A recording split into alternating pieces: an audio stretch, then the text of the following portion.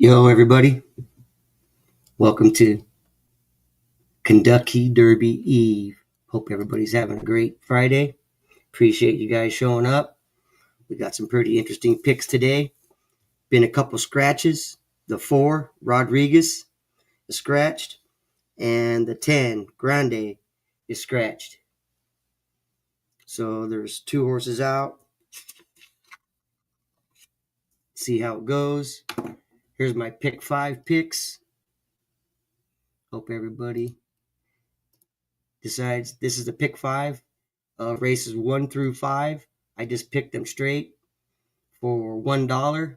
Got the 6, 7, 5, 7, 2 for races 1 through 5. I also have some favorites that I like in the Derby itself, which is race 12.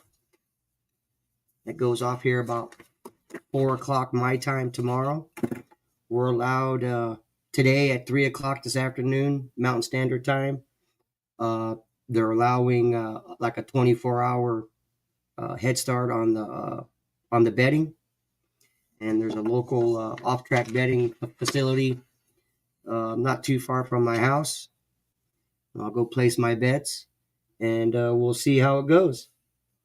Hope everything works out great. This is all just for entertainment.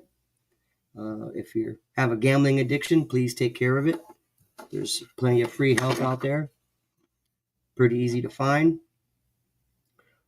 Mr. Truth in the house, thanks for showing up. Appreciate it. May drop a link if anybody wants to come up, go over the picks. More than welcome to. Let me drop it in the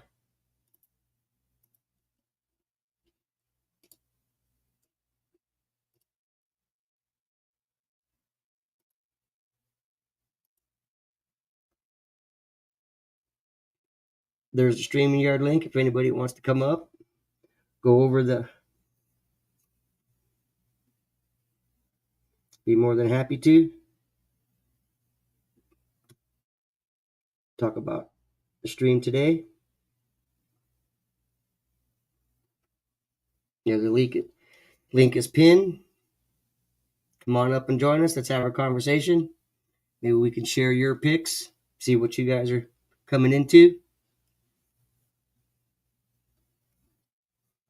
What I did for race 12, the Kentucky Derby, there's 2 horses that are sired by American Pharoah, which is the pedigree. Got to remember, this is a 1.5-mile race, pretty long. You want to look for a horse that's got strong finishing capabilities, and American Pharoah is known for his long kick and excellent stride. And the one thing unique about Admire Daytona and Luxor Cafe, they're Japan horses, and Luxor Cafe has just been on a tear lately. Just can't say anything bad about this horse. It's going off at 15-1. That is as of right now. Odds could change. The more people bet on it, the odds will go down a little bit. So I hope everybody's interested and as excited as I am for tomorrow. And I have some other picks in here. I have Journalism, the 8 horse, at 3-1, and Sovereignty, the 18 horse, going off at 5-1. I got Sandman going off at 6-1. So I hope you guys check that out. It's going to be a pretty interesting day tomorrow, as we all well know, is in the Kentucky Derby that anything can happen on any given day. A lot of horses coming in there. Luckily, the 7 Luxor Cafe starting right in the middle of the field, so he won't be. As long as he gets out first, he'll be fine. We got Citizen Bull in the number 1 slot. It's a Bob Baffert horse. We got number 2, Nequos, going off 30-1. We got number 3, Final Gambit, going off at 30-1. Rodriguez is scratched. We got American Promise at 30-1.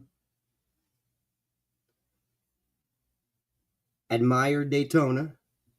That's the other Japanese horse, going off at 30-1. But I think those odds are going to change. It's probably a lot less. Hey, Owen, thanks for coming in. Your horse is racing Saturday. Owen Almighty, going off at 30-1, but it's starting in the outside slot. Thanks for showing up. I appreciate it, Owen. Like I said, this is just for fun. I'll continue with the picks. We got Luxor Cafe. The sire is American Pharoah. We all know how popular that horse is. Number 8, we got Journalism. Hey, Gal Pal, how you doing? And that's the sire was Curlin. So what I do, when I look in horses, I look at the pedigree, especially in races like this when you got 20 horses running. You know, some horses freak out, some of them don't freak out. They just want to get out to the front. But we all know that turn 1s, horses are going to get bumped out of the way. Okay, 9 horse, we got Birmingham Square. What's up, Doug? What's up, Leo? How you doing? Good. Just going over some Kentucky Derby picks. Yeah, the Derby's tomorrow, right? Yes. So the race is on. Yes. Should be good weather, from what I hear. Yeah, they'll postpone it if it rains, right? No, maybe delay it for lightning, but it'd have to. I've seen them racing at pretty sloppy tracks over the years. Okay. And I'm just going over the picks. Got a few favorites. I don't know how much you caught, but I got the pick 5 races 1 through 5. Those are my picks. I bet it straight, just a $1 bet straight. Nothing fancy, you know. The more fancier you get, the more horses you add, the more it costs. The more it costs. Hello, Gal Pal, Mr. Truth, and Owen. So we're just going over our picks. I like Luxor Cafe. It's a Japan horse, but its sire, which it's his dad, is American Pharoah. And we all know the history of American Pharoah. You know, Triple Crown winner. I'm out of this loop, Leo. I'm not. Well, I know nothing about. Oh, you're good. You're good. Yeah. American Pharoah is a legendary horse that won Triple Crown. You know, all 3 races. Pretty legendary. Well, wait a minute.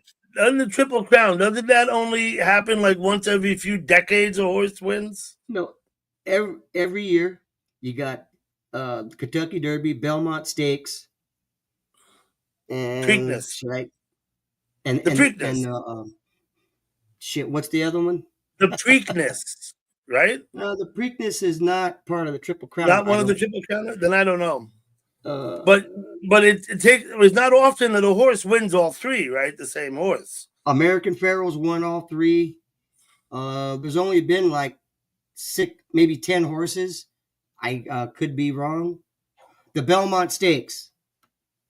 The Belmont Stakes, the Kentucky Derby, and the Preakness Downs, right? Yeah, the second race is in Florida. That I do know. Okay.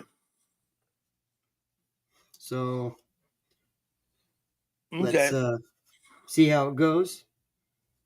I hope you win some money. Yeah. I'm just betting small amounts. You know, nothing big. Last year I didn't do too bad. I think I won maybe a couple $100. You know, that beats a kick in the teeth, right? I mean, sure. Oh, most definitely. You know, this is just entertainment. I like to have fun. You know, live hard. I would have to select horses by if they had cool names or not. I wouldn't know how else to judge that shit. Right. Yep. You know, a lot of it's luck. You know, a lot of it's luck. Some people have superstitions like if the sky is gray, they call it a gray day. So you want to bet a gray horse. You know, those are called roans. And don't ask me why they call them roans. I just, A roan is a great horse. I know a little about horses. I used to ride. Yeah, but I don't know about horse racing. You know what I mean? right. My father-in-law used to groom horses as a horse groomer at the local racetrack here for many years. Met a lot of nice, interesting people doing that. But no Smarty Jones, Mr. Truth. I think Smarty Jones is probably might be sent to the glue factory, or he might be still. They might be studying him still. And you got to They remember, make dog food out of them, don't they? I didn't want to say that in case there's some animal lovers out there. Oh well, I mean, I think they do make dog food out of old horses, don't they? I'm pretty sure they do. I'm pretty sure they do, Doug. So yeah, you got the. I'll continue on down the list here. We got Burnham Square going off a 12-1, coming out of the 9 slot. Grande is scratched. We got Flying Mohawk, another Japan horse. We got East Avenue, the 12th horse. We got Publisher, the 13 horse at 30-1. Tistastic, which is Tis the Law, another Derby winner, going off at 20-1. Render Judgment, going off at 30-1.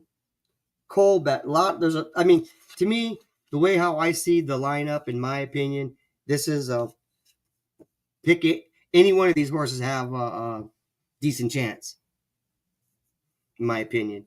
And for a little amount of money, do a $2 win bet on any horse you want, and you got a 50-50 chance of probably winning some decent money. So you put it on the long odds, you win more money. Yes. Because the favorites, when they're 7-2, you put $2 on it. What do you win? 5. So that's not fun. Now, some people, what they'll do is they'll take the favorite and bet a trifecta, which is 3 horses, and they'll box them. When they box the horse, those 3 horses could come in any order, first, second, or third. So ideally, what you want the favorite to come in first or you want the long shot to finish first and the favorite to finish second or third, because it'll pay more. It'll pay more, yeah. When you box them, it costs another couple bucks. So, if you do a 10-cent super, it's $2.40, but you get 10% of the pot. Does it increase your odds to box them rather than to bet on them individually? The odds stay the same, but the bet is more. Odds are the same, okay. The odds are the same, but it doubles it. So, like a $3 or a $1 try box is $12 because it's 3-3-3. Okay, 3-3-3.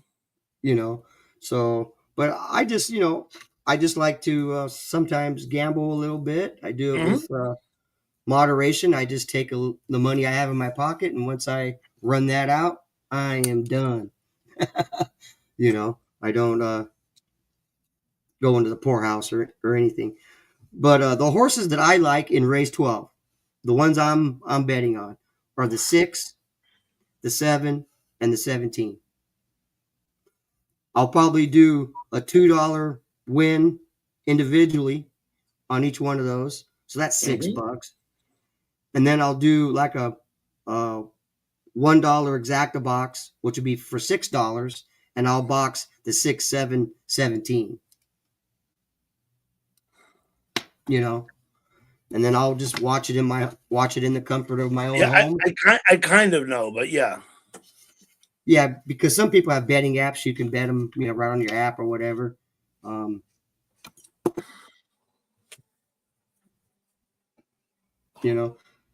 So how's the world been treating you, Doug? Everything good. Good, good, good. How's the weather Everything's there? good. I'll probably do a panel this evening. Oh, really? Yeah. I'll swing by. You're more than welcome, Leo. Yeah. I hope you get the notices. I do like 2 panels a week, more or less. Cool. You have some of the coolest panels, Doug. It's always a pleasure coming on your channel. It's all thanks to Gal Pal, right? You know that.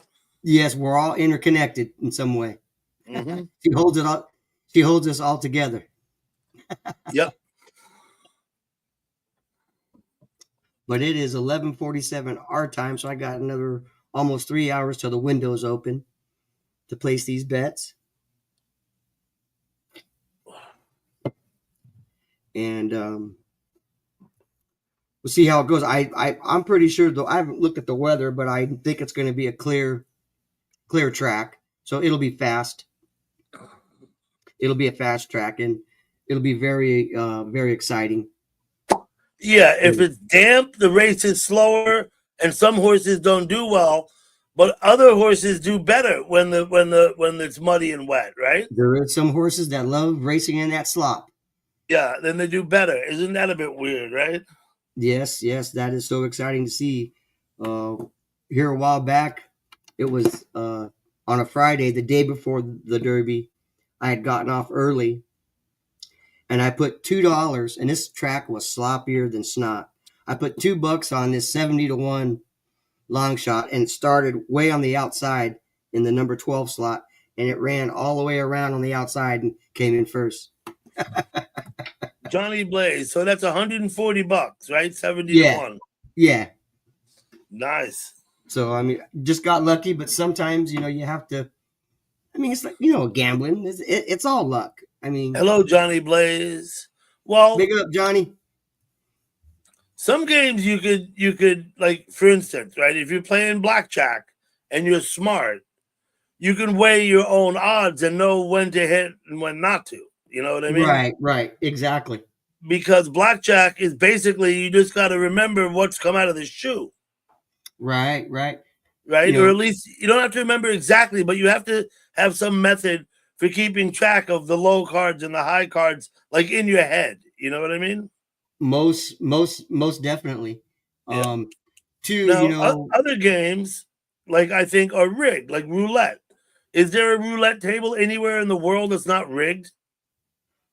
I don't know. Maybe. Who knows? I mean, I think in Nevada they I know they check them. But I mean, isn't the oldest trick in the book to hold a magnet under the table, the wheel, or whatever? I don't know. Maybe slide out a level. Maybe the pearl ball they use could be a little bit slanted on one side. Who knows? I'm a craps guy. I like dice. Oh, so you weight the dice. You put little holes and little weights in the dice, do you?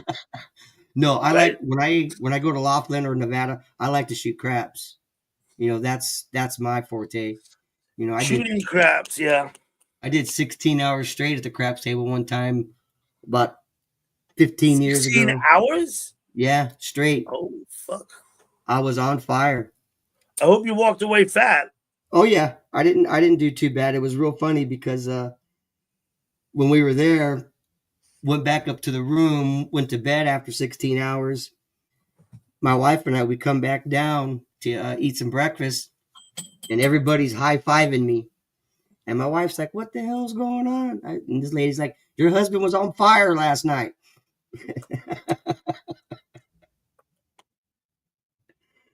That was probably my last big win.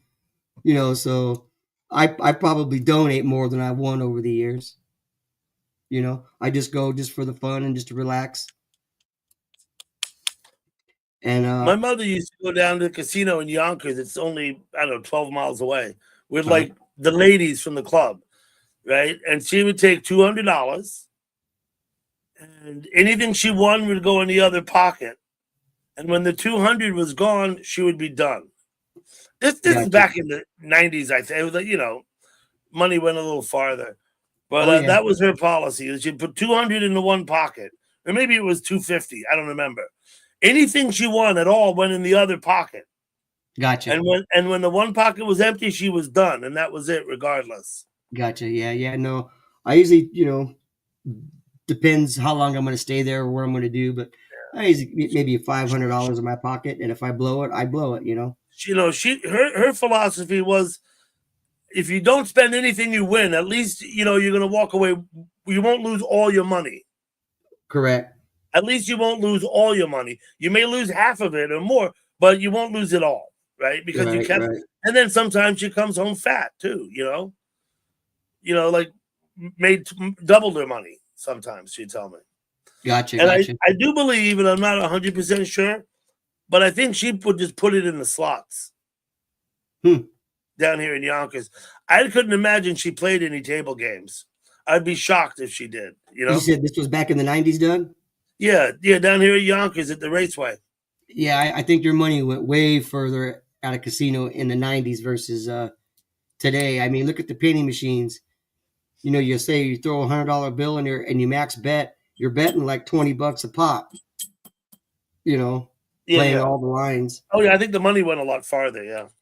I can remember. Now I think, excuse me, when I used to go to Laughlin or Vegas, we always preferred Laughlin over Vegas because we've always felt that our money always went further, in places like that, and a little cheaper. Plus, you were treated like a human being. I'm not saying places in Vegas didn't treat you that way, but you were, and plus you were safe. Walk along the Colorado River. Most of your rooms had all riverside views of Colorado, which is pretty nice. You get up in Montana now, and they have casinos at the gas stations, like at the rest areas and shit. Jeez. Up in Montana, casinos like anywhere there's a gas station, there's like a casino room attached. It's really like, holy shit. And I would see people, because I'd be driving through, and I'd see people, they got their backpack next to them. I get the feeling they've been sitting there for hours. Right. There'd be like food, garbage that looks like breakfast on the table there, and they're sitting there at the machine. And I'm thinking, damn, how much money has this guy put in this fucking thing? You know what I mean? Right. No, I think a lot of them are like video poker now, I think. Right. We have gambling here in Arizona on the Indian reservations. And it used to be wherever your tribe was at, you can put a casino there. But now there's a tribe in Tucson that is buying farmland in the Phoenix area. And then they're designating it as a reservation and putting a casino on it. Did you know that Gal Pal was a bookie? Look at that. Read what she's saying. She was a bookie. Here, I'll pin that.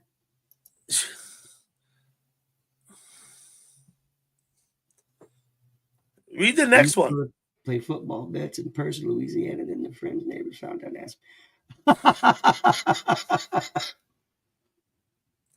Looks like she fell into it by accident. That's what a bookie does.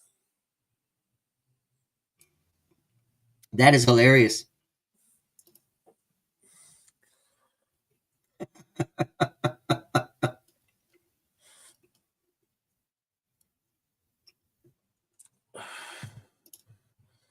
I hope you made millions and stashed it away for later, Gal Pal.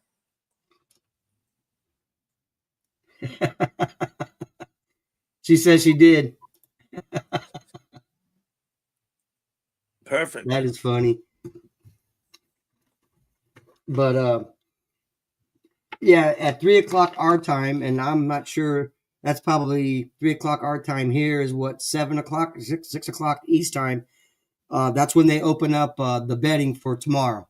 So you can bet almost 24 hours ahead of time. I'll be betting nothing whatsoever. So I'm not, Well, I know you're going to watch. I don't know how to bet. What would I do? I'd pick the favorite horse and put $10 and win 2-1? No, I would do $2 on the 7 to win. For that's the at Derby. 15 to 1. Yeah. At 15 to 1. See, that beats a kick in the head too, right? Excuse me? They got where I live, we got OTB also. Yeah. Mm-hmm. Yeah. That's where you do it. I don't do any gambling on my phone or anything. I mean, I don't like having shit like that on my cell phone.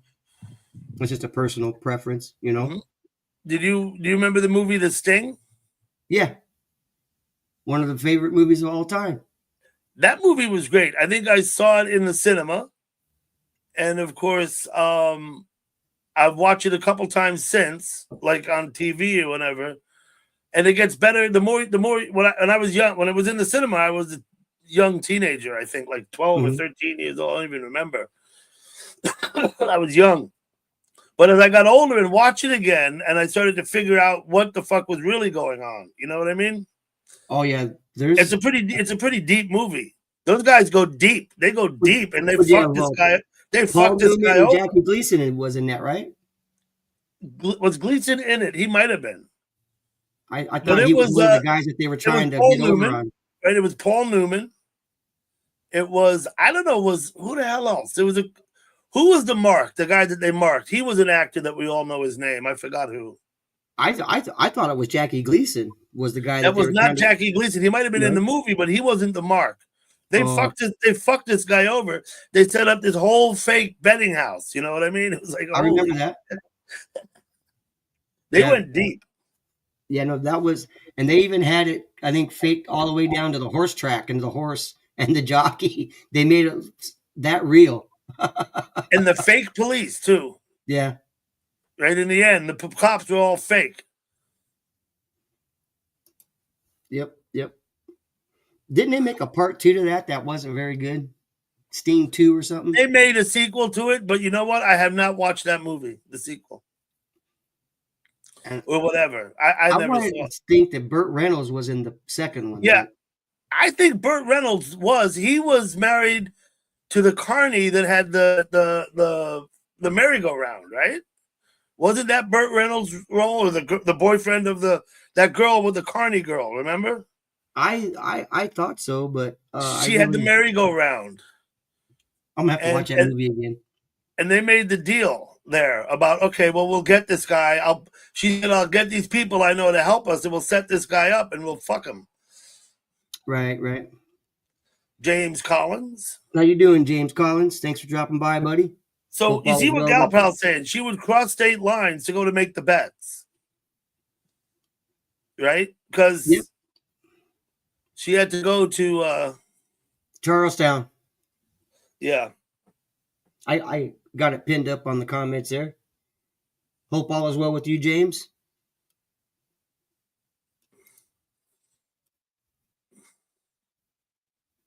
Yeah, no, just I mean, just think where gambling is at now versus what it was in the past. How much the advancement and technology. I had a friend out west like 20 years ago. He was online playing poker, with real money. And I guess it was one of his addictions. I guess he had several. Mm-hmm. He died of a massive heart attack, doing way too Ouch. much coke, I guess, right? But I met him because he was friends of a friend of mine, and we would go down there and they would have poker night once a week. So Mm-hmm. we'd be down there drinking and smoking weed, playing poker. I don't think I ever won sitting at his table, but I never went with more than like $50 or something. So you know what I mean? Gotcha. And they all knew that when I was out, I was out. I wasn't going to pull more money out and buy in or whatever. None of that shit. Not sure that the game itself was all above board, but I mean, this guy, but he would spend his spare time. He'd be gambling online, playing poker online Right. for money, and it was an account. It was money, and he'd make money, he'd lose money, and he'd buy coke. Gotcha. He was a chef. Yo, Mr. Listen, Balding, how you doing? Thanks for coming by, Mr. buddy. Balding. This guy was quite paranoid, and he'd always have a pistol in his hand when he answered his door, right? Always.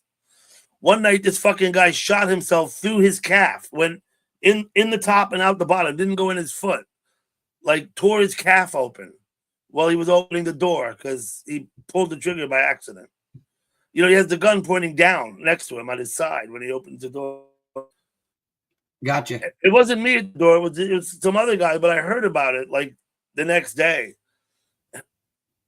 It's like, what the fuck? You know what I mean? I was there at his house the day that the repossessor came to pick up his truck that he hadn't paid on in about 3 or 4 months or something. The guy came to the door. He gave the guy the key. He knew who he was. He knew why he was there. Handed him the key. He said, I've already cleaned it out. I guess he was expecting it, right? Yep. How you doing, Norwegian Traveler? Thanks for dropping by today. Hello, Norwegian. We're just going over the Kentucky Derby picks. I got let me see here. Let me get this banner up. There's my pick 5, races 1 through 5 for tomorrow. And then for race 12, I got the 6, 7, and 17. So if you guys want John S. John S, big ups. Hello, John. So those are my picks right there. Number 12, race 12. Let me throw them up in there. 6, 7, 17. Those are going to be my picks for the Derby.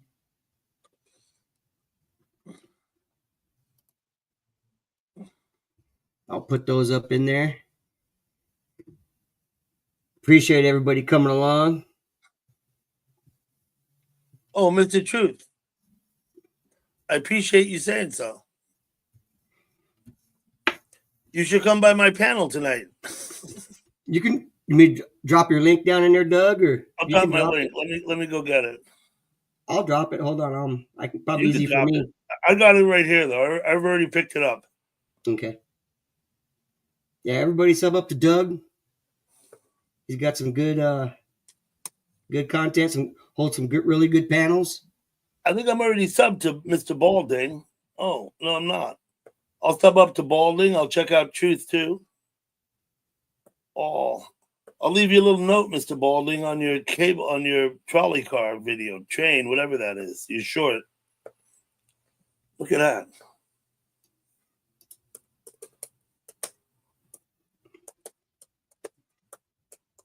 You got all the good guys in here today.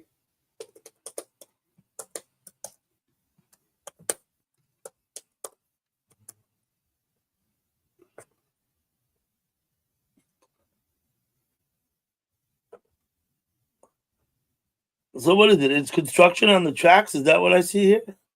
Or is this going to get nasty? Look at all the traffic. Is that what we're looking at? And there goes the train.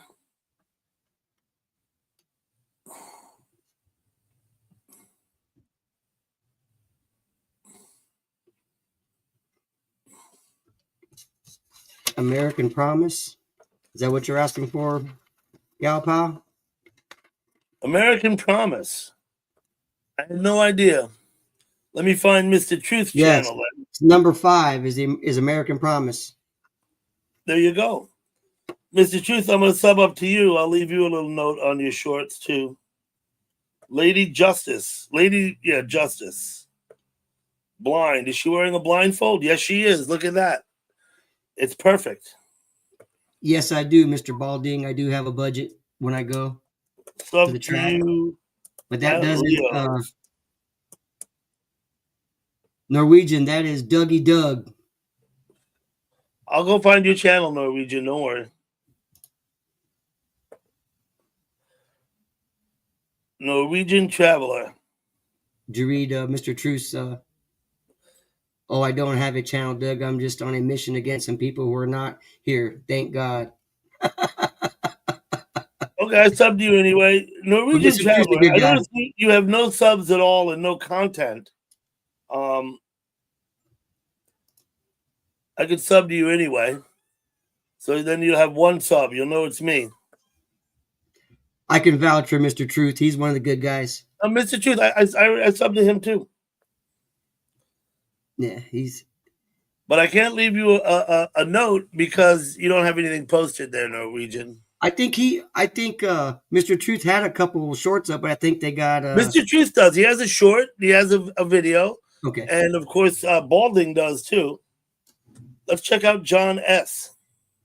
I think I may be subbed to John S. Yeah, I am. John S. with 5 subs and no content. I'm already subbed to you. I'm one of your 5, John S. You look at Owen. Anybody's welcome to come to my place. I do put a panel up. You don't have to feel obliged to come up at all. You know, you can just hang out and chat. Now, Doug runs a tight ship. We don't do politics or religion, and my chat has to be pleasant. I throw people out, even my good friends, if they start to get unpleasant. Owen, I'm subbing to you. No, I can vouch for Mr. Truth. Anybody in the chat, Mr. Truth, Doug runs his streams like Banksy does. You leave your guns at the door. You come in, you have a good time, and usually 99% of the time, Doug's streams are very, very well ran. Just think of the Banksy rules. You know how Banksy runs his streams. He want no trouble on his stream, so just kind of treat it like that. That's the only way how I could present it, Doug. Yeah, that's exactly right. I don't care if people don't like each other. What they can't do is fight and call each other names in my chat. They go do that anywhere else they want. It's not in my place. You know what I mean? Yo, Mary. Thank you, John. Hello, Mary Bernie.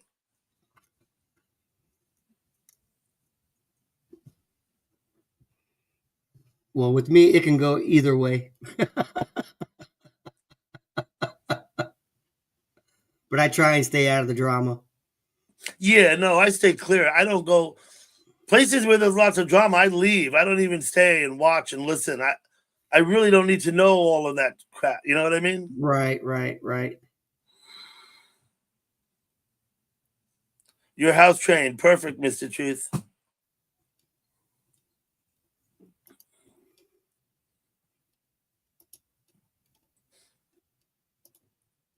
Yeah, we're all house trained, but sometimes, you know, depending on what channel we're on, we'll lift our leg up and piss. Well, I mean, yeah. I don't give people crap. I don't go somewhere and give people crap. I just don't do that. No, you're one of the true gentlemen of YouTube there, Doug. I like what you do to your channel, how you share everybody out. You know, thank you, Leo. Yeah, well, that's why I mod everybody. Everybody gets a wrench because I want them to connect or sub or whatever the word they're going to use to everybody else. Right. And of course, if people are not content creators and have nothing on their channel, sometimes I don't sub to them. It depends who they are. Right. But I do sub to some people that have no content. Yeah. You know, what the hell? The sub doesn't hurt. Doesn't hurt anything, you know? No, it doesn't. Doesn't at all. You know, I kind of have the same philosophy as you, Doug, as far as sharing out links, promoting people's channels. I mean, if I don't know a person, I won't give them a wrench. That's just I have to know you a little bit for a while. Go to your channel, see what you're about, you know. And if I like it, I'll give you a wrench. You know, I mean, that's probably the only difference between you and I. But everything else is probably pretty much. No, I give wrenches to people who I believe are sock accounts. Right? I give wrenches to people who I know are vicious trolls in other places. Right. Me too. And I could drop a couple names you would recognize. People who are would be considered controversial because they have a lot of people who don't like them and they troll and they clone. They still get wrenches at my place. They just, if they misbehave, I throw them the fuck out. That's all. Right. Yeah. Right.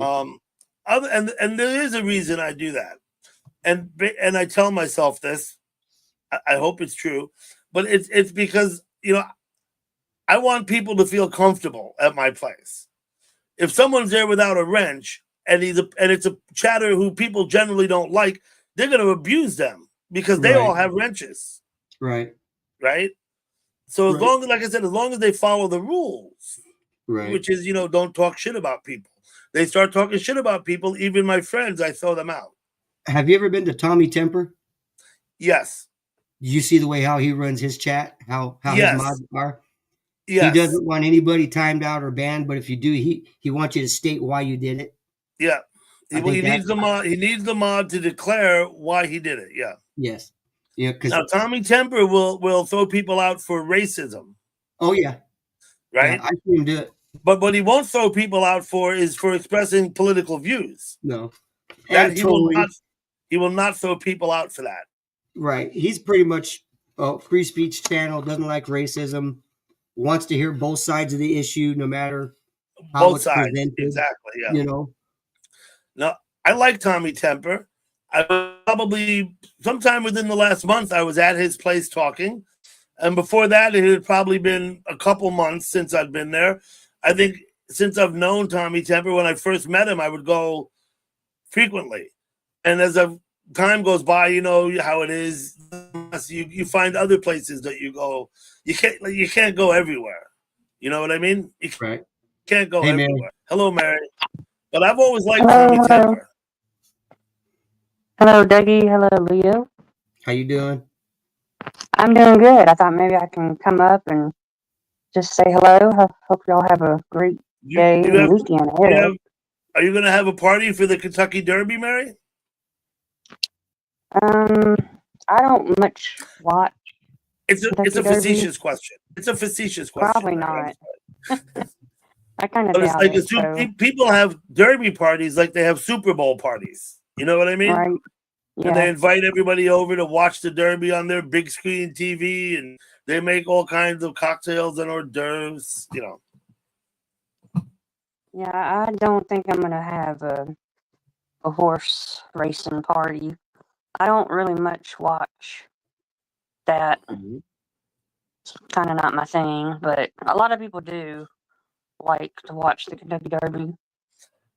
Yeah, no, horse racing is quite popular. Yeah. Particularly, I think in the South more than in the North. But there's plenty of people up here in the North that follow the horse racing. Right. It's in Louisville, Kentucky.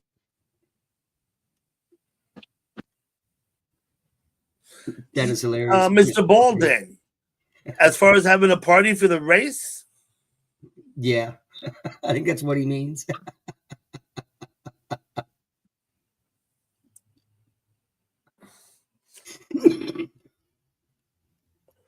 It is the Kentucky Derby after all, right? Yeah. So how are you doing, Leo? Well, I am doing fine, just getting over some allergies and taking a little break from work for a while. Getting some honeydew list around here done for my wife. Yeah. Recoating the cool deck. I just put the first coat on earlier this morning. So I'm letting that dry while I do this stream, and I'll go back out and put another coat on. Right. I modded you over there, Mr. Truth. Thank you for stopping in.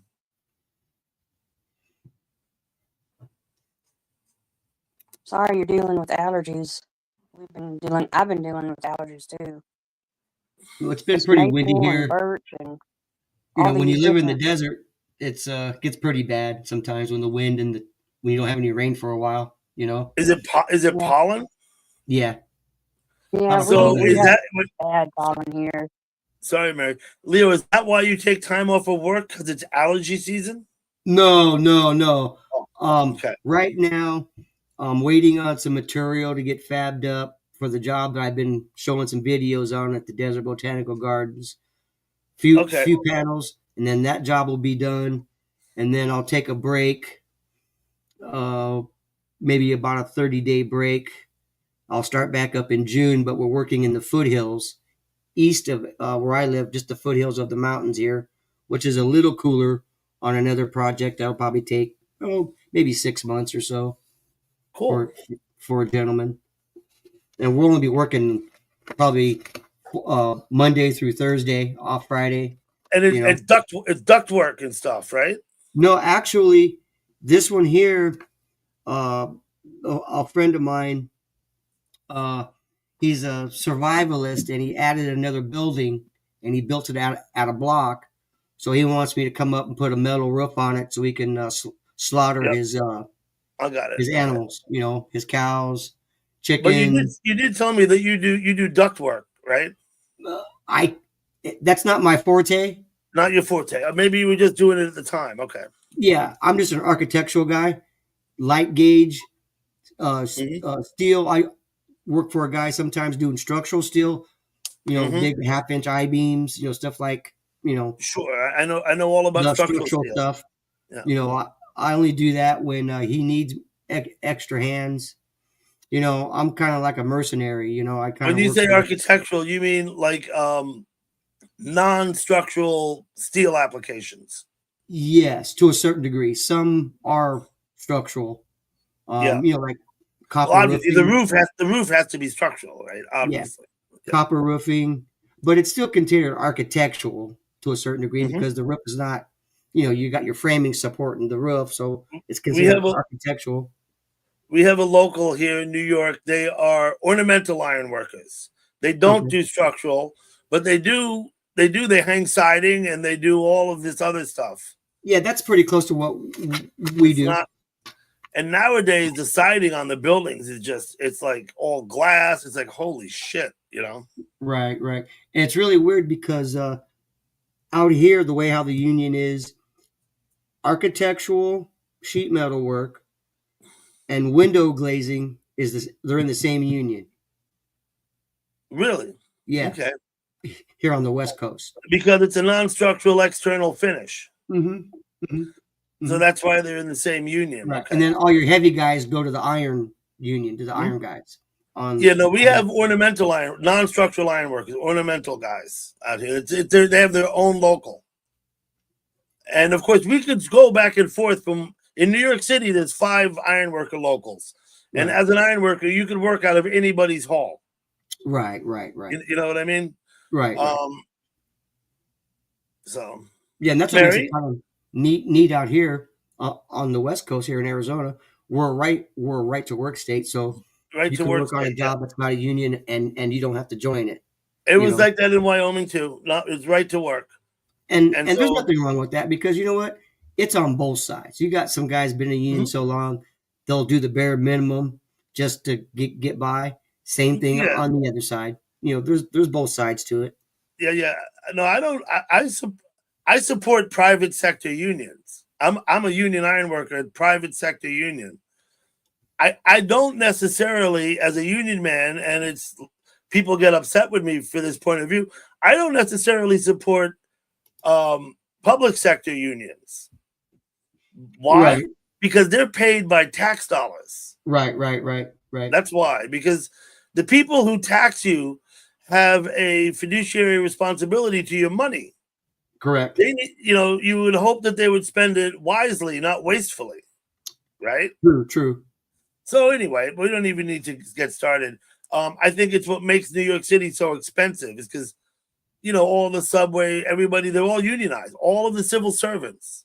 Everybody's got their hand in the pie. They're all unionized, and they all have their hand in your pocket as a taxpayer. Mary, did I mute you? Oh, no, she muted herself. She muted herself. I want to ask Mary a few questions. She muted herself, Doug. I see that. Mary, when you come back, I'll ask you a couple of quick questions.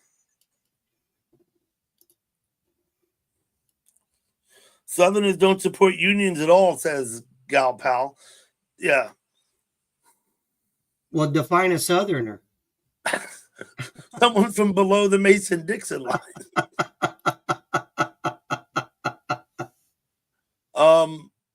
Although not necessarily the Southwest. I mean the East. I mean in the East. Right. I certainly don't consider Arizona to be Confederate-oriented state, right? So, yeah. Yeah, California used to be pretty heavy, but not anymore. California was heavily populated by people from the South, in the beginning. Displaced. I told you my family story. Did I, Leo? Let me tell you. Go ahead. On my father's mother's side, my father's mother was born in Brazil, right? Oh, wow. Brazilian. Okay, she grew up in a house where they only spoke English in the house and they spoke Portuguese outside. Okay. She was third generation Brazilian. Her grandmother, my father's mother's grandmother, was on the boat in 1866, leaving from Georgia, heading to Brazil, displaced Confederates, right? Mm-hmm. People who had lost everything, people who wanted to make a new life and couldn't swallow the Union victory, and so they left. Gotcha. And they estimate between 15 to 18,000 migrants to Brazil from the American South after the Civil War. Gotcha. And so my grandmother's grandmother was on the boat in 1866 as a young teenager. Kept a journal, Wow. a diary. I've read it. It's pretty fucking awesome. Only because it means something to me. It's my family. Otherwise, I guess it's kind of mundane, right? But Gotcha. about the trip and the life in Brazil, she called it Our Life in Brazil, and Mhm. she had it published years ago. I guess my great grandmother, that would be, right? Yes. So in Brazil, and you can look this up, Confederados, they still meet today, descendants of these people. Wow. The Confederados in Brazil. And they dress up in the gray uniforms. Believe it or not. It's true. And so my dad's mother, though she was Brazilian, they were very like American. Yeah, you know what I mean? Mm-hmm. Mm-hmm. Now they did intermarry, and there is Brazilian. We do have, we have plenty of actual like Brazilians in the family. Now, Portuguese is the official language of Brazil, isn't it? Portuguese, yes, sir. That's what I thought. That was as per the Pope, and I forgot what year that was. Oh, Mary, come back! I wasn't done asking you questions. Okay, Come back up, Mary. that was the Pope who divided South America between Portugal and Brazil, Okay. and that's why Brazil and parts of Uruguay and other like bordering countries where they speak Portuguese instead of Spanish. Yes, I can samba, Balding. I've been to Brazil several times. I have loads of cousins and everybody fucking down there. All of my grandparents was young. All four of them. And now, of course, they're all dead, but That's impressive, Doug. Yeah, people go to visit their grandparents. When I was a kid, if I wanted to go visit my grandparents, I had to go to Brazil to do that. You know what I mean? Right. Did you know that there's a small community in Northern California? I want to say it's called Baghdad, California, which is up in Northern California by Wairika. There's a pretty dominant Portuguese population there that's been there for ages. Portuguese.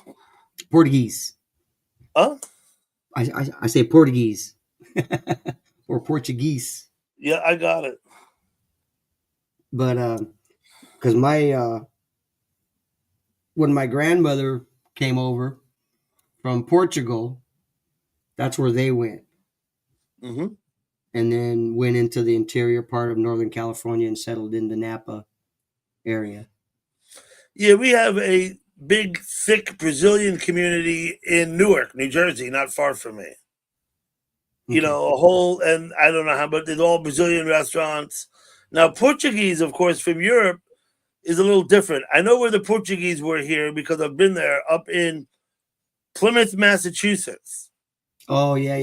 There was a very large Portuguese community there, like actual Portuguese. Right.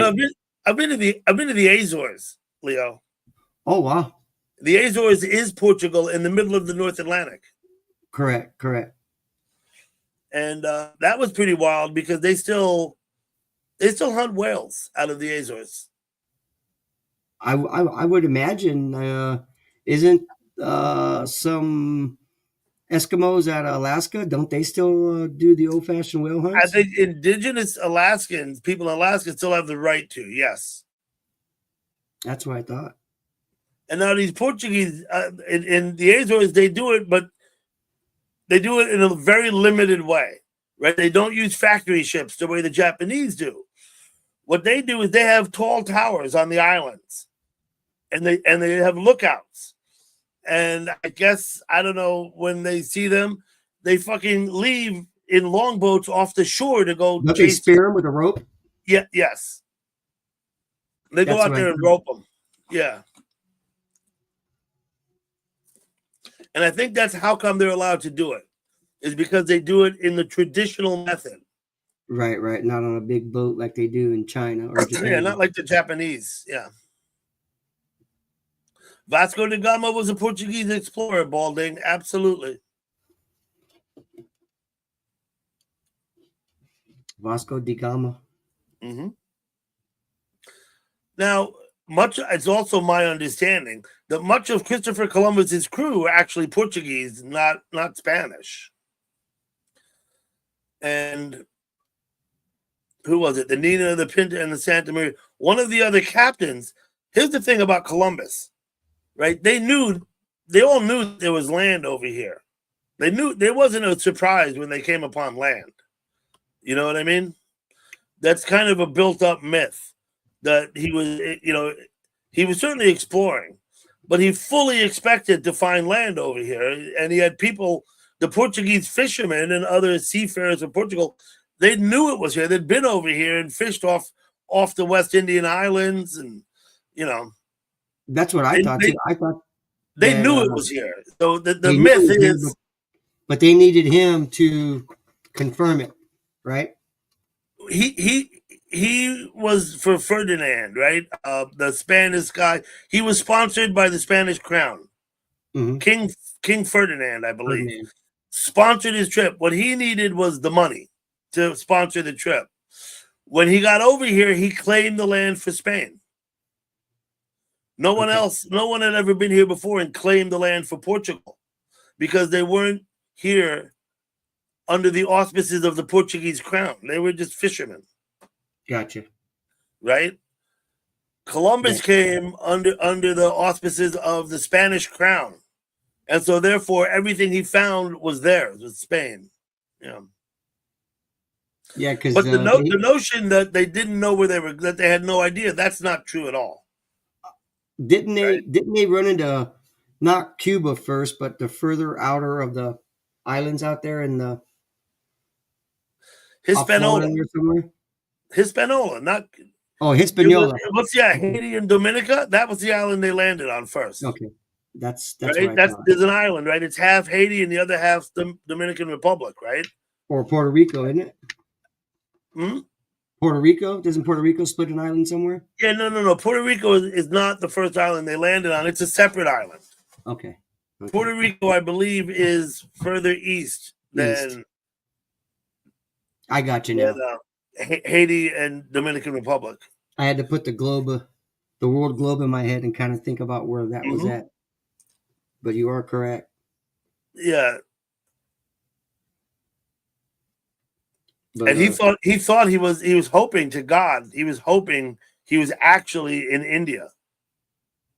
Oh, really? Yeah. Columbus was trying to find a route to India. What he didn't realize, his calculations were fucked up, that he thought the globe was much smaller than it is. He hadn't accounted for this whole other continent. He knew it was here, but he went straight instead of making a right and going down. No, he thought it was India. He honestly, and I think it was a fair mistake on his part, because he knew that coming around the Horn of Africa, you could get to India. Correct. So he figured that by going the other way, he'd get to the other side of India. He didn't account for the Pacific Ocean. Gotcha. You know what I mean? Did he did not account for the existence of the Pacific Ocean. Right. Did he ever see the Pacific Ocean? I don't think Columbus ever saw the Pacific Ocean. Guided by the Stars. I think the whole time he thought he was in India, like Asia, like India. It was good to see you too, gal pal. Thanks for dropping in. Okay, I'm gonna go too. All right, Doug, you have a good day. Thanks for popping in. Yeah, of course, Leo. Anytime. Appreciate it. Have a great day. Well, anytime I'm available. But yeah, okay. You're a good man, Doug. Thanks. See you, buddy. Thanks a lot. You too. But getting back to our horse picks, guys. I know I did the pick 5 picks earlier, and thanks, Doug, for coming up. Remember, Doug has some pretty good streams, so if you guys can go over there and show him some love, that's pretty awesome. But this is the races for tomorrow, the first 5 races tomorrow at Churchill Downs. I got the 6, 7, 5, 7, 2. And then what I'm going to do for the Derby, which is race 12. Oh, I thought I made another banner for it. But what I did was for race 12 for the Derby, I have the 6, 7, and 17. I'm going to do a $1 trifecta box, which is $6. I'm going to go 6, 7, 17, and that can come in any order.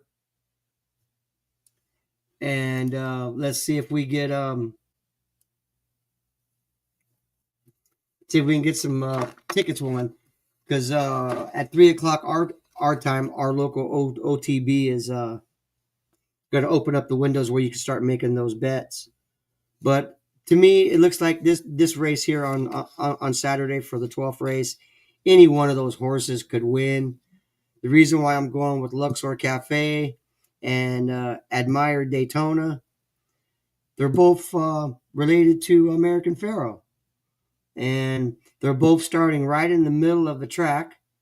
They're not starting in the one slot where you're going to get locked up in the first turn. And just the pedigree. Some of the favorites that they do have, some of them, I mean, really had shitty races the last couple of weeks, and I really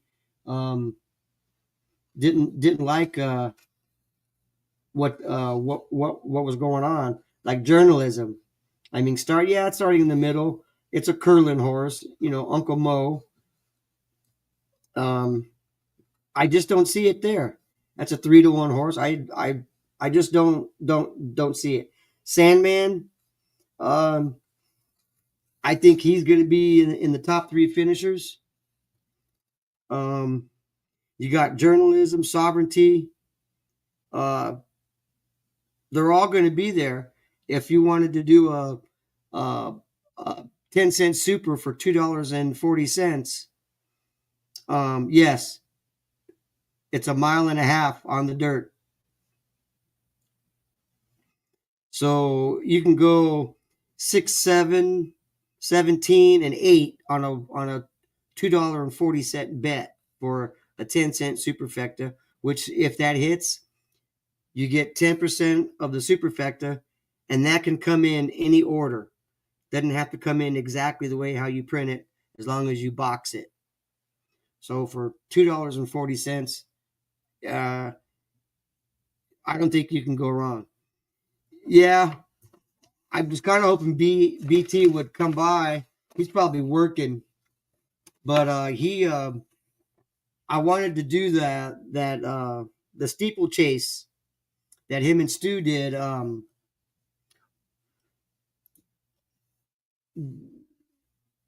Luxor and Admire Daytona, the 6 and the 7, they can run in the mud. Your grays really track good in the mud, because a lot of horses, grays, they don't like to be last or behind a horse in the mud, getting all that mud kicked up in their eye. So they'll always battle for the lead, or they'll race to the outside so they're not getting all that mud in their face. Horses don't like to get mud in their face. They really don't. You got to thank the training of these horses that they go through. So, but the 6 and 7 run good in the mud from what I saw. Sandman, me personally, in my opinion, no, he does not run good in the mud. He's not a mudder.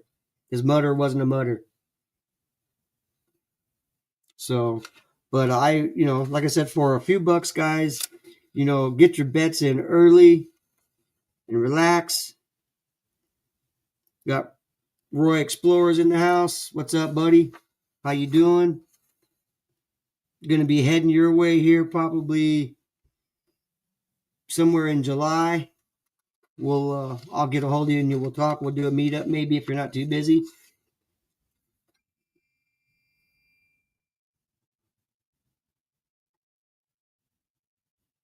But no, I had a great time with you. The last time we were out there, Roy, that was really cool. So, doing any Roy,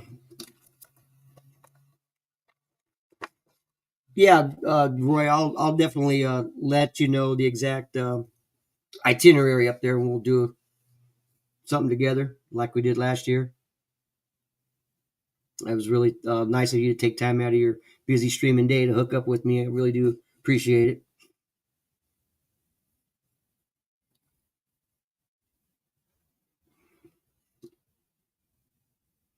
Yeah, there's some horse. Earlier, John, I did mention the scratches. We got the 4 Rodriguez, the Bob Baffert horse is scratched, and Grande, the 10 is scratched.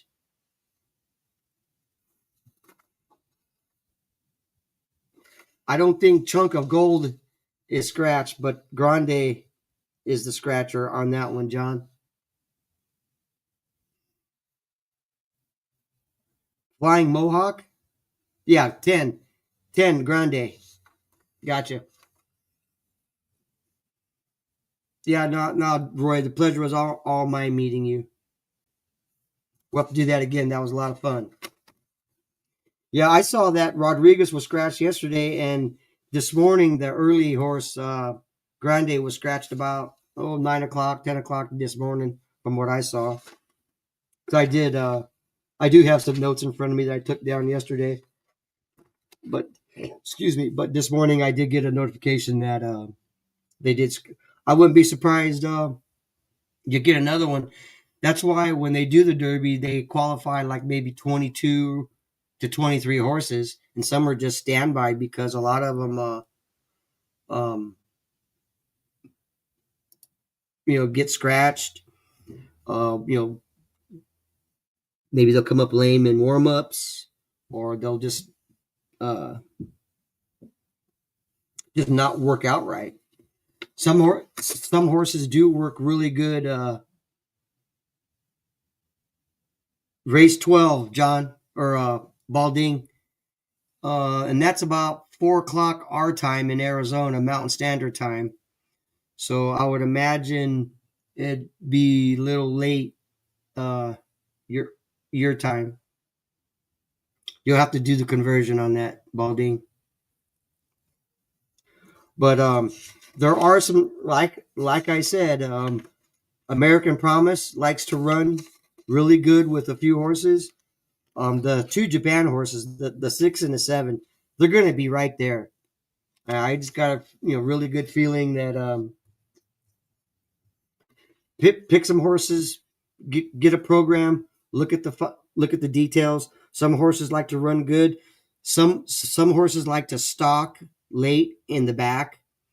If you remember when I think it was 3 or 4 years ago, Calvin Burrell on Mind That Bird, he was dead last. That horse stumbled out of the gate, dead last all the way around, and on the back stretches was when that horse made its move to the inside and won. Look up that video, that Mind That Bird with Calvin Burrell. That was probably one of the best Derby races I've ever seen, and I think that was a muddy ass track on top of that. That track was really muddy. Yeah, it's gonna be late your time, Balding. If I may do a watch along, like how SD football does his watch along. I know SD football is a little bit more technological, fancier on the keyboard and all that stuff. Me, I'm just a meat and potatoes type of guy.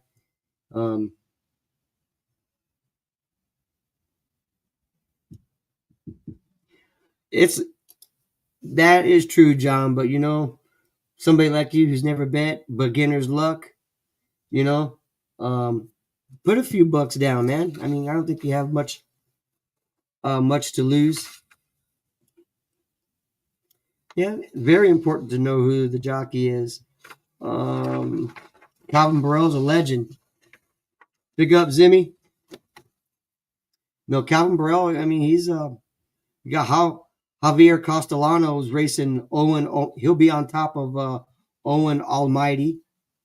And that could be a sleeper horse too, but I bet some money on that horse here a while back and didn't pay it. I think it came in like last.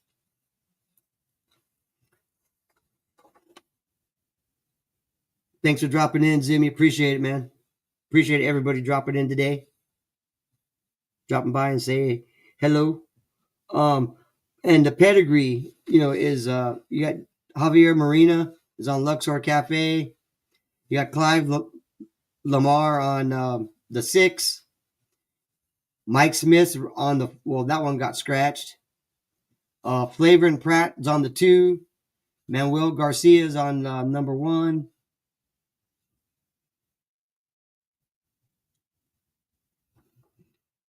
Election day today. Where at, Zimmy? Not here, maybe Canada. You got Javier Ortiz. You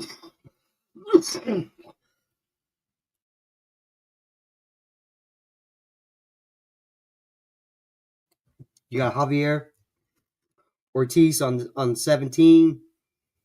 La Pro on the 15. Jose Rosario. You got Ortiz Jr., Mario Franco, Vasquez, Mike Smith. But like I said, Mike Smith was on the 4. Rodriguez, who got scratched. But you got Flavin Pratt racing Biza, which is the 21st horse. There's some qualified jockeys in here, but that could switch by the time it happens before the race tomorrow. Some of them jockeys do switch, or they'll piss off the owner and the owner will switch, because I don't see Mike Smith sitting out a Kentucky Derby, because he was on the 4 racing for Bob Baffert. I wouldn't be surprised if he got on Citizen Bull, which is the number 1 horse for Bob Baffert. I wouldn't be surprised.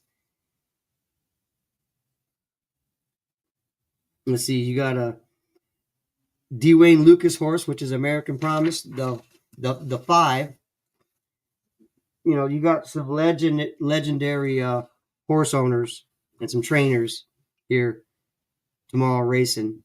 So it's going to be quite the race. It's going to be quite the race.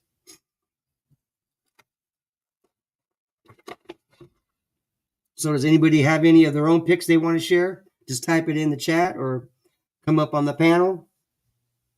If not,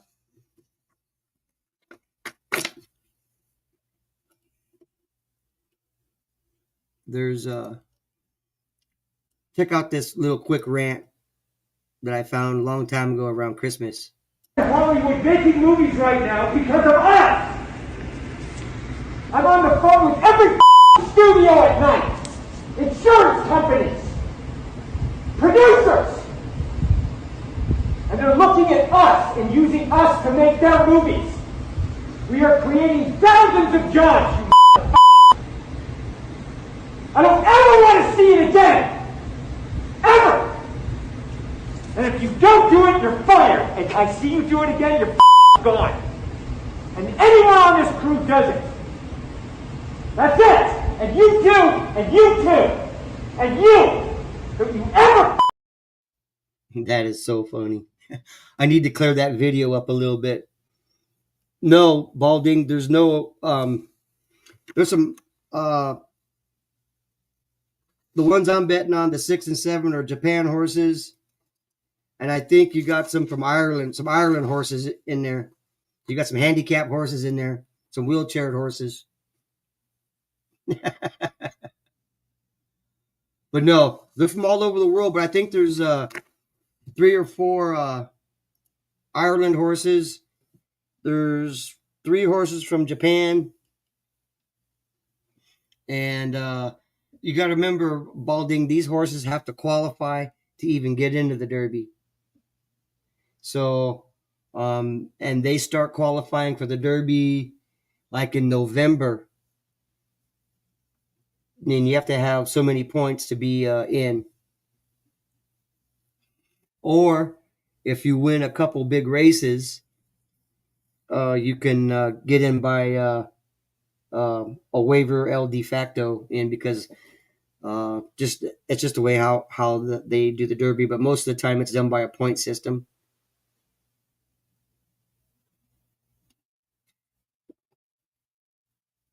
So, but anyway, I'm going to end this stream. Got Stu D coming on here Friday night. Make sure you guys go over, give him a shout out. I appreciate everybody coming into the stream today, going over the picks. If you pick these horses or you put some money down, good luck to you. Everyone have a great weekend. And if not, most of you, I'll see you over at Stu D's here in about an hour or so.